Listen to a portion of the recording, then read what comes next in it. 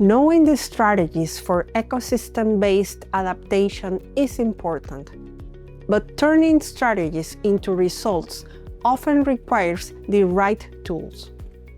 Fortunately, a range of innovative tools and platforms now exist to help restoration practitioners plan, prioritize, monitor, and scale up interventions that contribute to biodiversity recovery, climate resilience, and sustainable livelihoods.